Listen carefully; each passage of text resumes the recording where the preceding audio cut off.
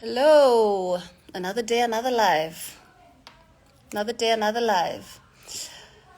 So I'm gonna wait for everybody to jump on board. And actually, I need to find my AirPods. Where are my AirPods? They're nowhere here. So you're gonna have to listen to all the noise around me, and I will try my best to hear Tzvia.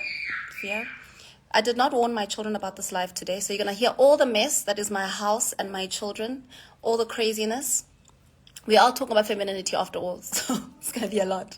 It's going to be a lot. So please put up with me for today's live.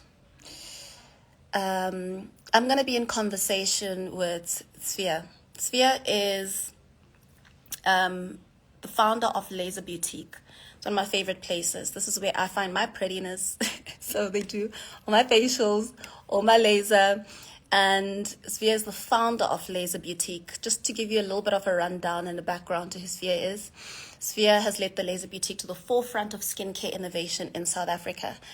She's the brains behind Africa's first pain-free permanent laser hair removal, which is safe and effective for all skin types.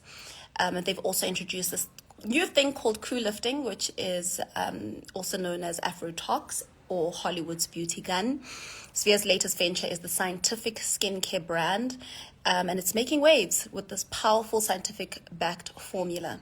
So let's give a shout out to Tzvia and let's welcome her onto the live. We'll be unpacking, are women equal to men? As a founder, as a builder of this big business that is making waves across South Africa at the moment, we're going to be unpacking the worst form of inequality is us comparing ourselves to men. Are we equal? Should we be making unequal things or things that should not be measured as equal? So let's see. Let's have this conversation. I'd love Tzvia to unpack a blog post that she wrote about women equal to men, the catastrophe, that is on the Laser Boutique page, and we'll be unpacking this conversation a little further. So let's delve straight into it.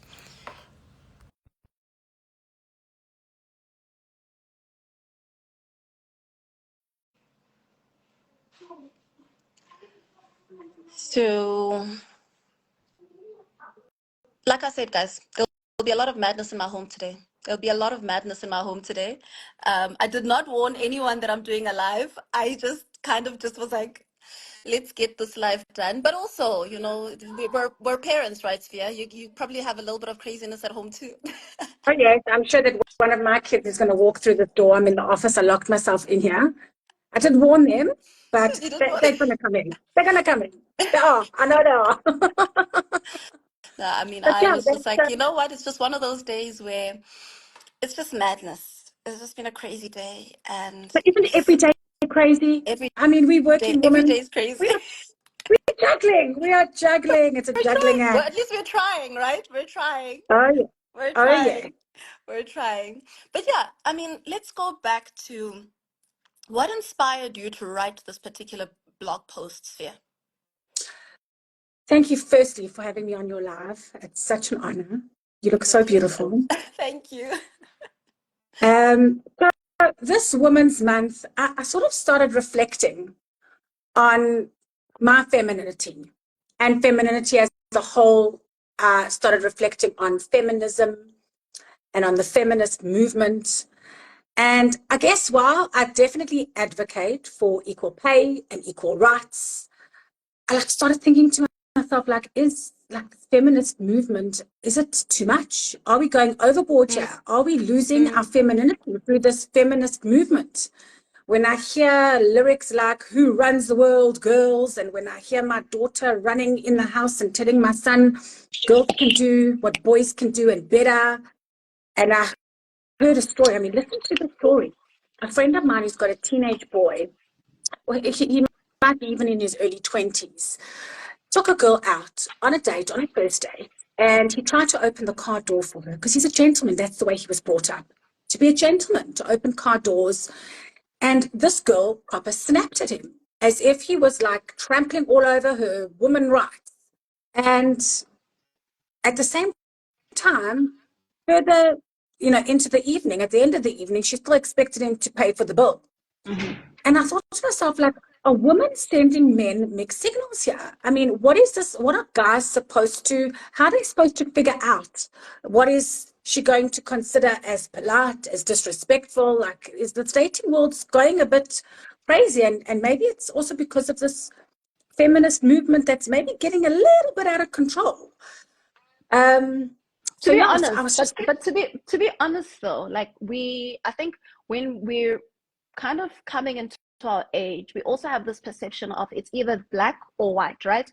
We have this idea of it's either feminine or masculine. We can't draw that balance. I mean, I will admit in my 20s, I was also one of those girls. I was just like, why is a man moving with the chair for me? Why must I make the tea? Why must I do this? Why must I why is a man standing up at the table for me to sit? Like, you know, it was kind of, is it, are you undermining who I am and my place at this table? And do we misconceive this idea of challenging misconceptions, redefining what our actual strengths are as women? So I heard something really quite interesting the other day. I heard somebody said something like, you know, if in a marriage, if a woman, it's like the woman's got the power to either crown her husband as the king. And if she crowns him as the king, what does that automatically make her? It automatically makes her his queen. Okay. So if a woman takes that role and gives the man the respect of being the king in her life, in her home, in her, you know, he's gonna, you know, I think that there was a bit of a point in that automatically, if he feels that he's a good man, obviously there are some men that are like a little bit twisted, but then there are also some women that are twisted. But if he's a good man, he'll show that same respect back, because that's generally like how human beings behave. If they get treated with respect, they treat people with respect right back. So I found that very, very interesting. Like, if you want to be a queen in his world, crown him your king. And I think it goes with all humankind, whether it's men, whether it's women, whether it's masculine, whether it's feminine, whether it's the LGBTQ community. As long as you treat people with respect, they're gonna treat you with respect right back. But like you said earlier on, Aristotle wisely said, it was a quote that I came across while I was pondering this whole femininity and feminine movement. The worst form of inequality is trying to make unequal things equal. And women and men are not equal. We are not even the same. We shouldn't be comparing. We shouldn't be competing. We bring our own beautiful gifts into this world. And if anything, I think that it is catastrophic. It's completely catastrophic that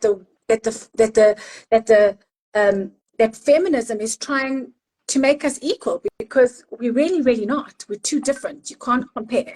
But what then is the role of feminism? What then is the role of playing out and making the fields equal?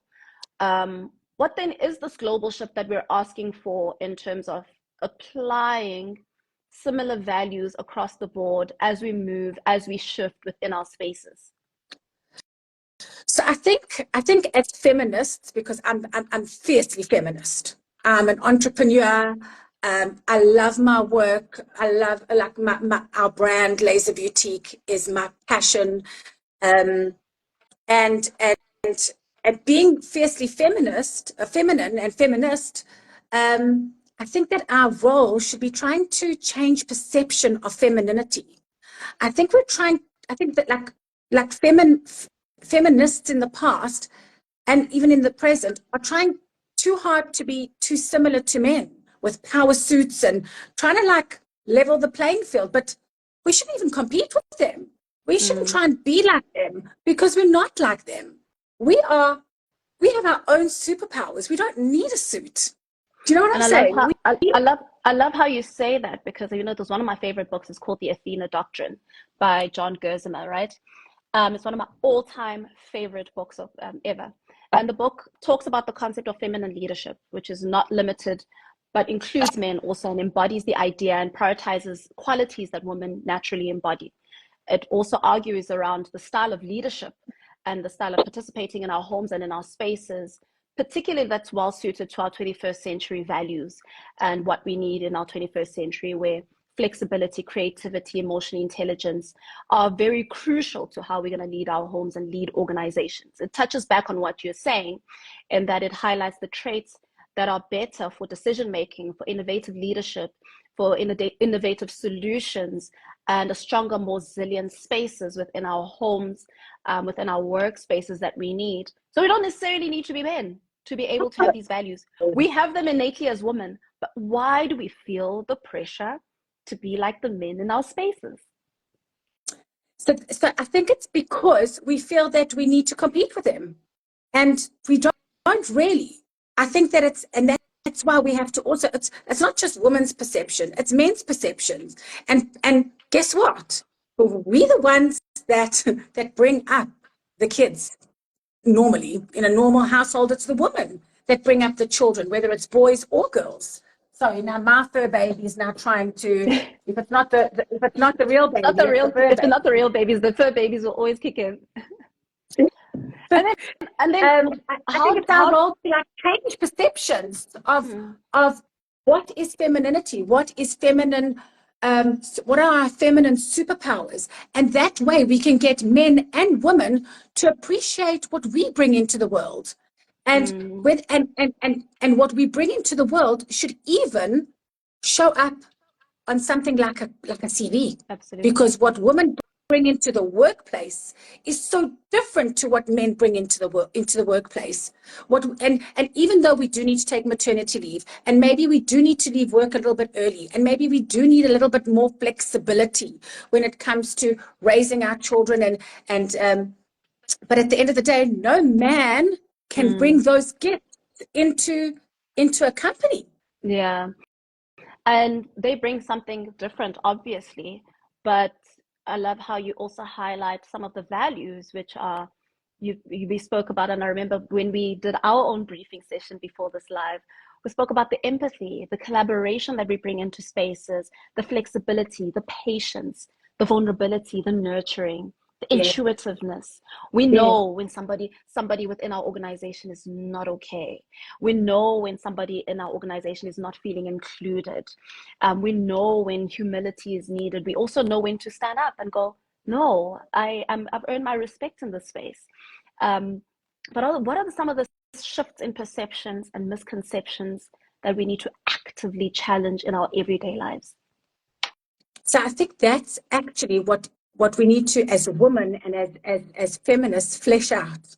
What do we need? What kind of images do we want to portray that is a strong feminine woman in a suit? Does she have to look like a man in a business suit? I think it's about changing imaging. It's about changing the lyrics in words. Who runs the world? Girls. I mean, why? Why do we need to run the world? We don't need to run the world. Do we need to be putting that much pressure on ourselves because we already innately know that we create the world? We're creators. We're we're birthers. Do we need to necessarily be the ones that go who runs the world? I mean, to a certain extent, yes. But do we need to be redefining our strength? Do we need to be redefining where our place? And I don't want to say our place because it almost feels like we need to kind of find a corner and place ourselves. But do we need to redefine how we coexist within this space alongside men and co-create alongside men?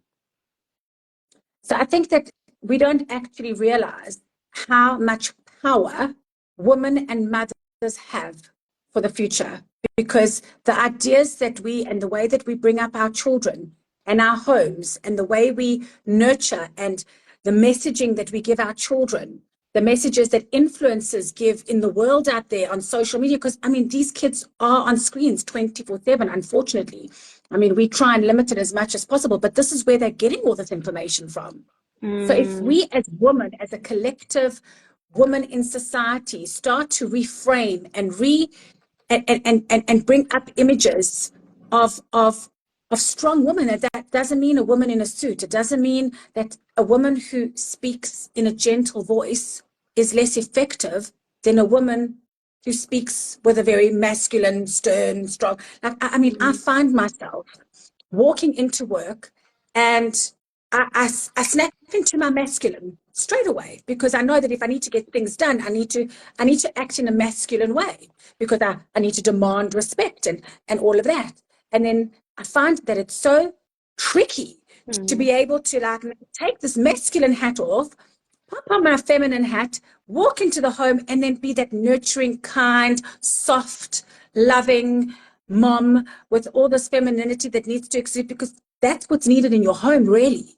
So I think that if collectively as women, we all sort of start to understand that we don't have to actually act in masculine. Absolutely. We can actually act in our feminine and use those feminine powers in the workplace, at home. And yes, sometimes you might have to put a little bit of a masculine hat on it and live in a bit of finding that it's about finding that balance. And I love, there's a question here by Zizo Chwete who says, is it redefining or is it bringing attention to what's been overlooked for so long? And I feel like it's bringing attention to what has been overlooked for so long, that our feminine values have so much value within our society. So do masculine values. They have so much value within our society. And it's trying to marry the two together. And it's saying feminine values are also values of the future, and how we're going to strike that balance in how we raise our children, raise organizations, grow organizations. Women are valuable within society, but we need to sit within the values that innately come out of us, within those values that can be brought forward for us to be able to lead properly, right?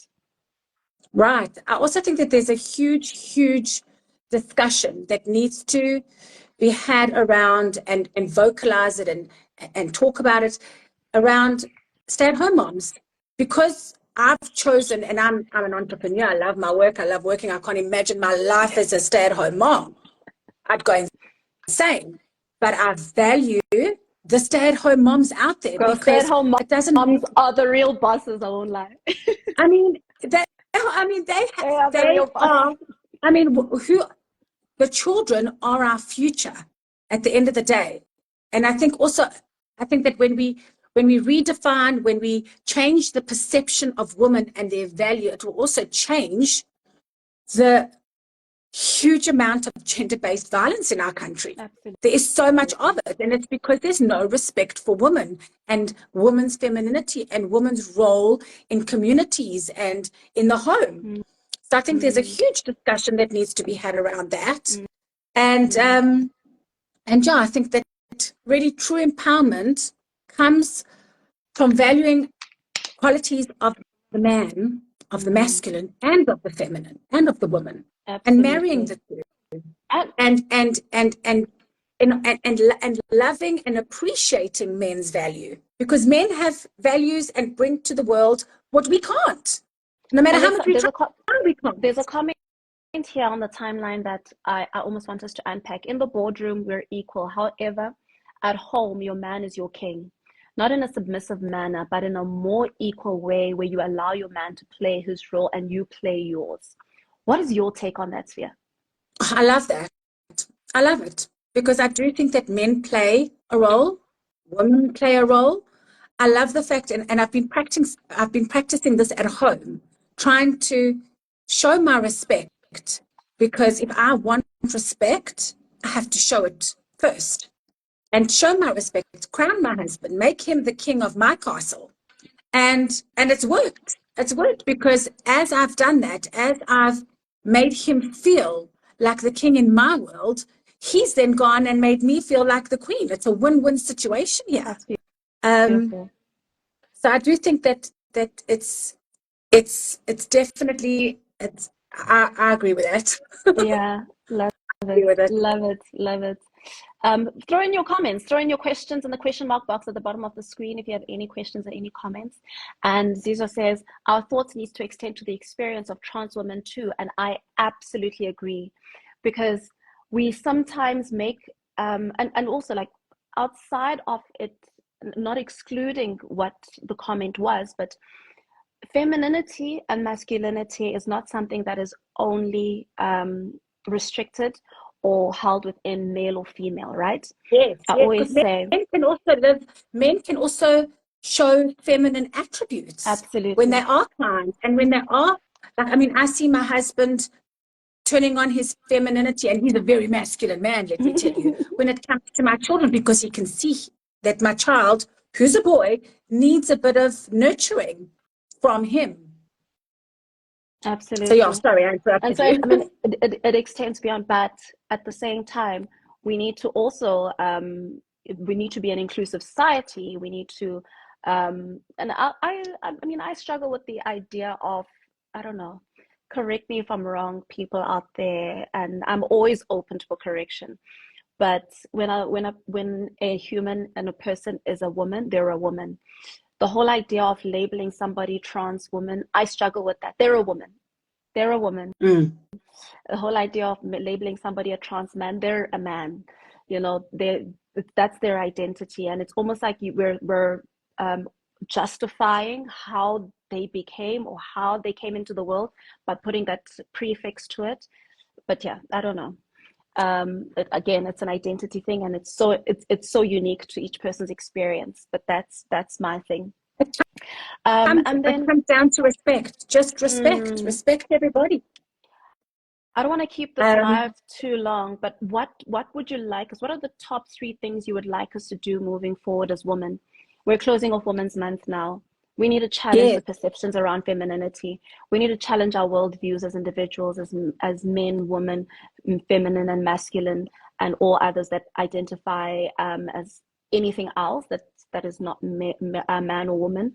How do you want us to challenge our perceptions around how we see femininity and masculinity and how we want them to coexist in the world? I think having those conversations, I think firstly it's about conversations. It's about having conversations with your girls, your daughters, your sons, your friends, your parents.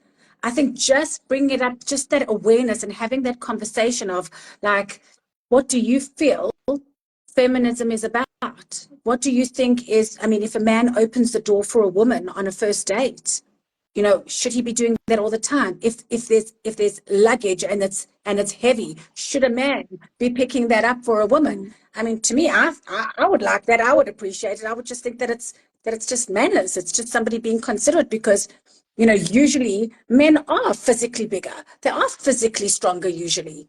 And it's hot. And it's hot. Yeah, exactly. But yeah, it's just about having those conversations and starting to make those changes. And I think just that alone will start shifting. We'll start shifting the way that our girls and the way that social media is starting to I think warp a little bit of what feminism is, or what feminism should be. But like I said, with Women's Month, I think that women need to start feeling comfortable in their own skin and not trying to be like men and not trying to compete with men. We don't need to, like I said, and feeling comfortable with your own skin. I mean, and I mean, remember, I'm talking from the Laser Beautique perspective now.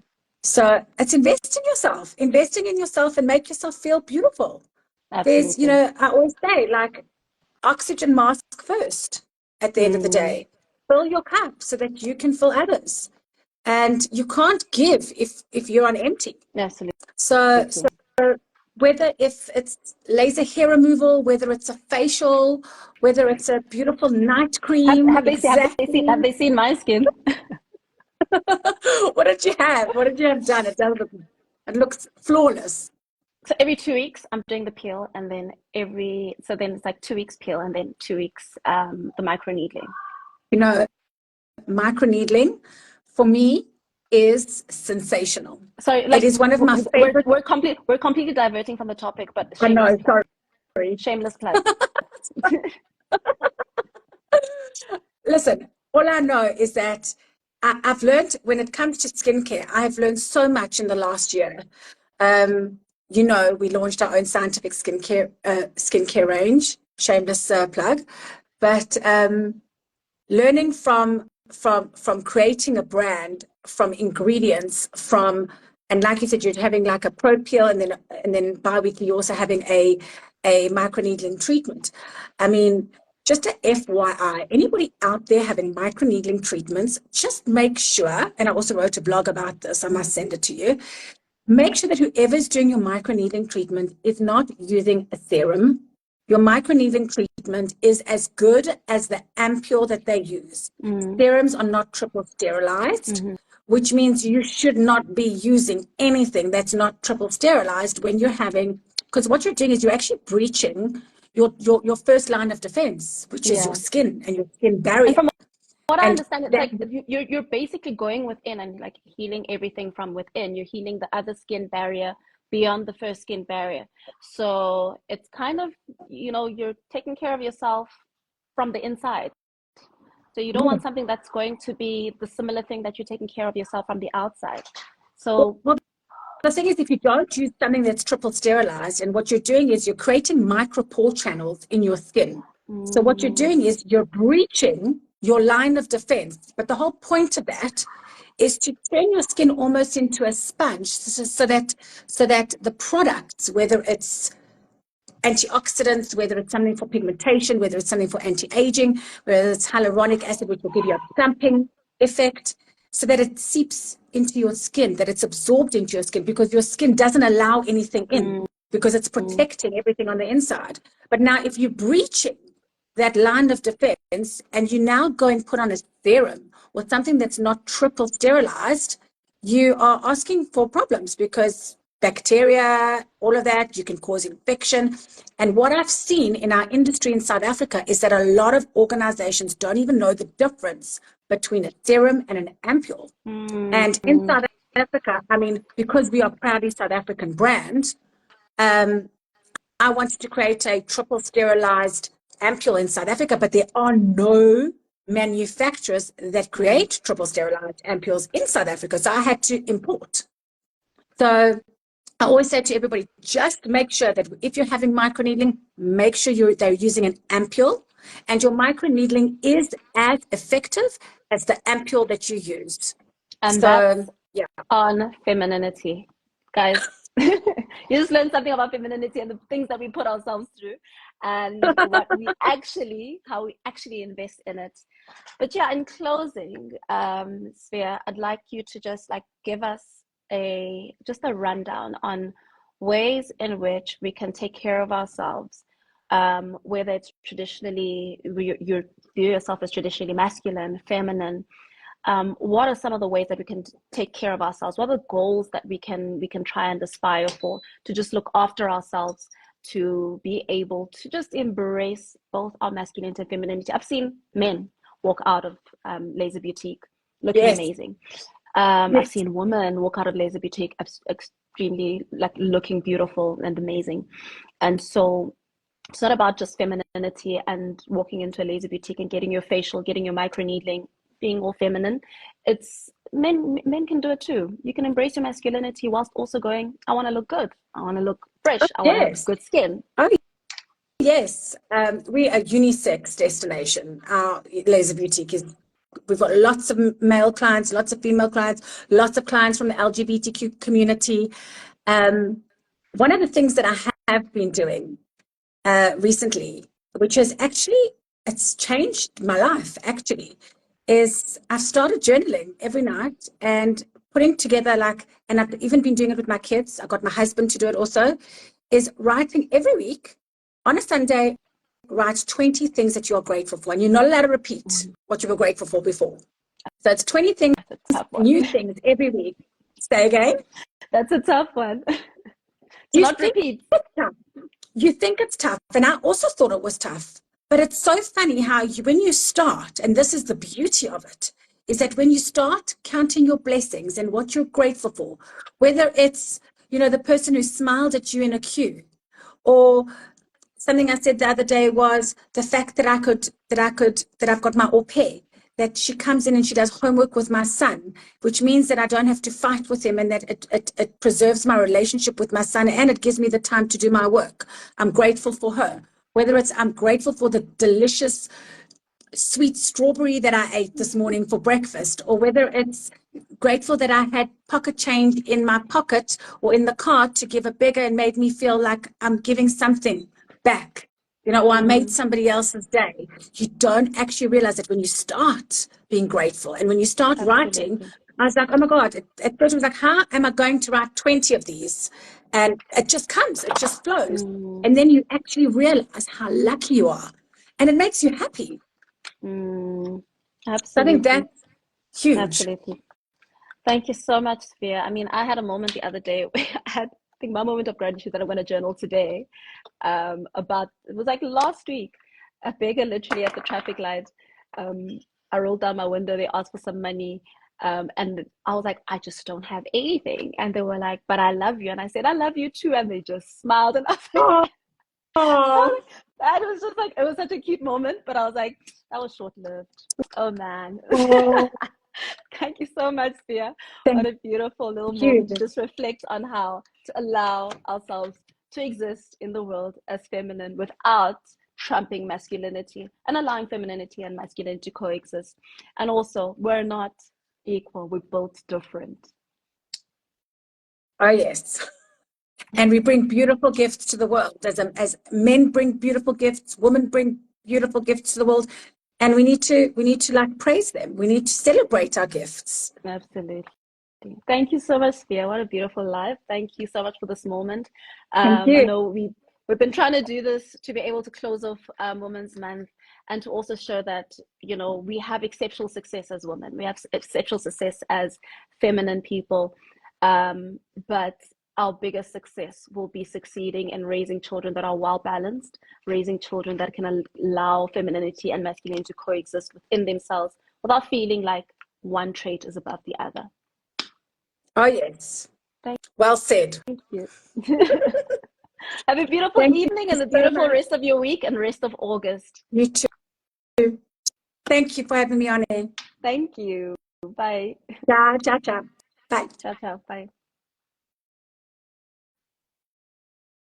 Thank you so much for joining us for this live. I mean, I felt like to close off Women's Month, we needed something to just kind of dabble and tap into masculinity and femininity. Women, are we equal to men? What is this catastrophe that we have and we're dealing with, where we're trying to dabble between? Are we focusing on being equal? Is femininity more important than masculinity?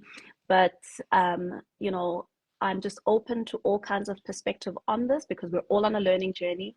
I firmly believe there's no equal masculinity, equal femininity. Well, masculinity should be more equal than masculinity. I'm just always on a collaborative front on this. So let's have some comments in the comment line. Share your comments, share your perspectives. But I believe in Aristotle's saying that says the worst form of inequality is to try to make unequal things equal. Are we trying to make unequal things equal? Share in the comments. Bye. Have a beautiful rest of the week.